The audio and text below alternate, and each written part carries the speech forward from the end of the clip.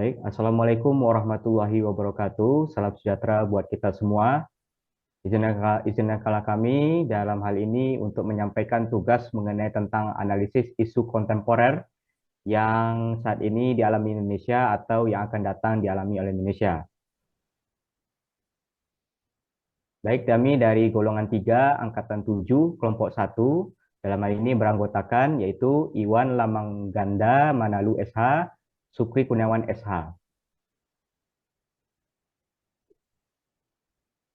Ada yang menjadi 3 isu besar yang dialami Indonesia saat ini atau potensi di masa yang akan datang. Yang pertama adalah tingginya paham radikalisme di kalangan masyarakat. Yang kedua, meningkatnya kasus korupsi. Yang ketiga, meningkatnya pengangguran akibat COVID-19. Yang pertama adalah isu radikalisme. Radikalisme pada umumnya diartikan sebagai paham yang menghendaki terjadinya perubahan signifikan dalam bidang politik dan juga sosial. Pendekatan yang dipakai dengan cara ekstrim, kekerasan yang berpotensi terjadinya konflik. Bentuk perwujudan dan gerakan radikalisme bervariasi.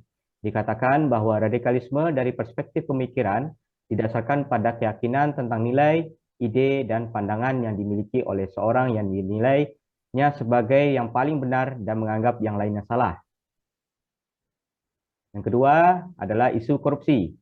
Dalam berbagai kesempatan disebutkan bahwa korupsi adalah musuh besar bersama, bahkan disebut sebagai kejahatan yang luar biasa atau extraordinary crimes.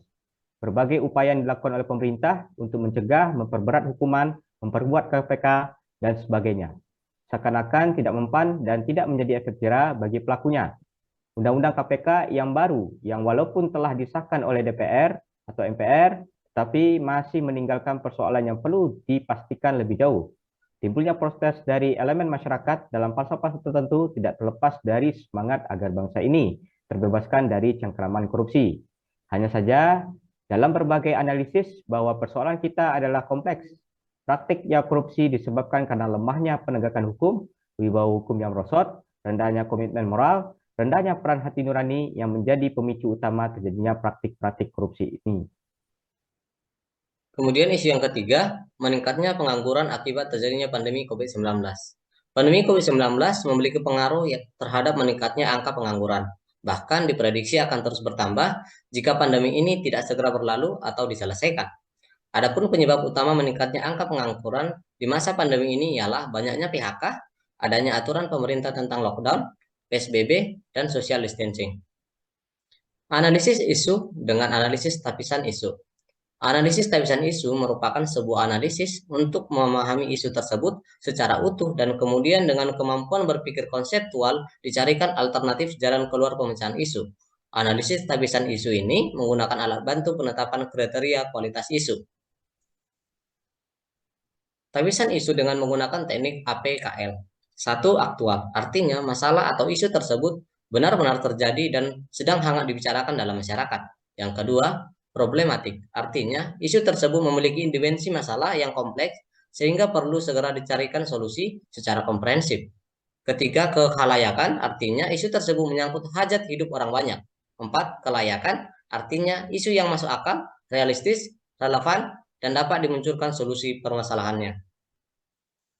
Baik, dalam hal ini tapisan isu kami menggunakan yaitu dengan teknik APKL, yaitu aktual, problematik, kalayak, dan layak. Dalam hal ini ada tiga isu besar yang menjadi perhatian kami. Yang pertama, tingginya tingkat paham radikalisme di kalangan masyarakat.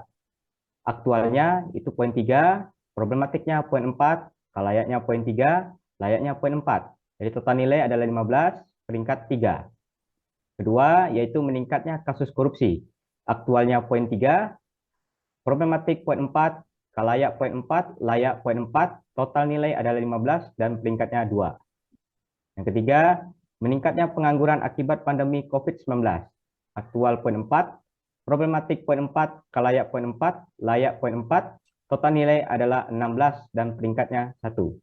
Maka dalam hal ini, berdasarkan penentuan kualitas dengan menggunakan metode APKL, maka ditentukan yaitu menjadi isu utama atau isu final yang perlu dicarikan pemecahan masalahnya adalah meningkatnya pengangguran akibat pandemi COVID-19.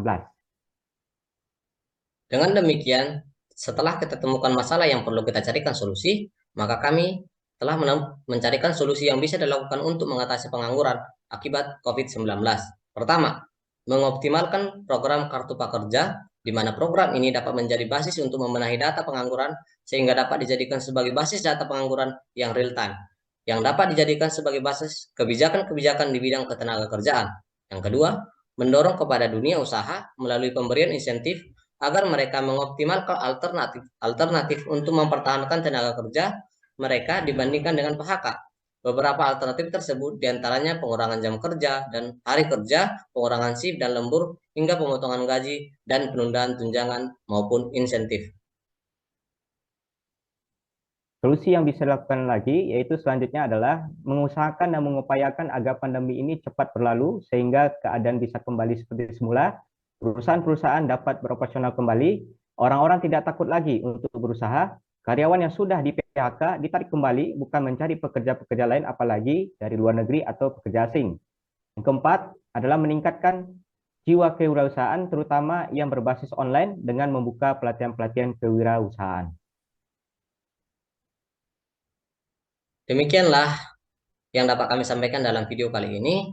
Akhir kata, ada quotes dari Bung Karno yang menyatakan bahwa bangsa yang tidak percaya kepada kekuatan dirinya sebagai suatu bangsa tidak dapat berdiri sebagai suatu bangsa yang merdeka. Artinya, ketika kita percaya bahwa kita akan merdeka, kita akan merdeka. Sekian dan terima kasih.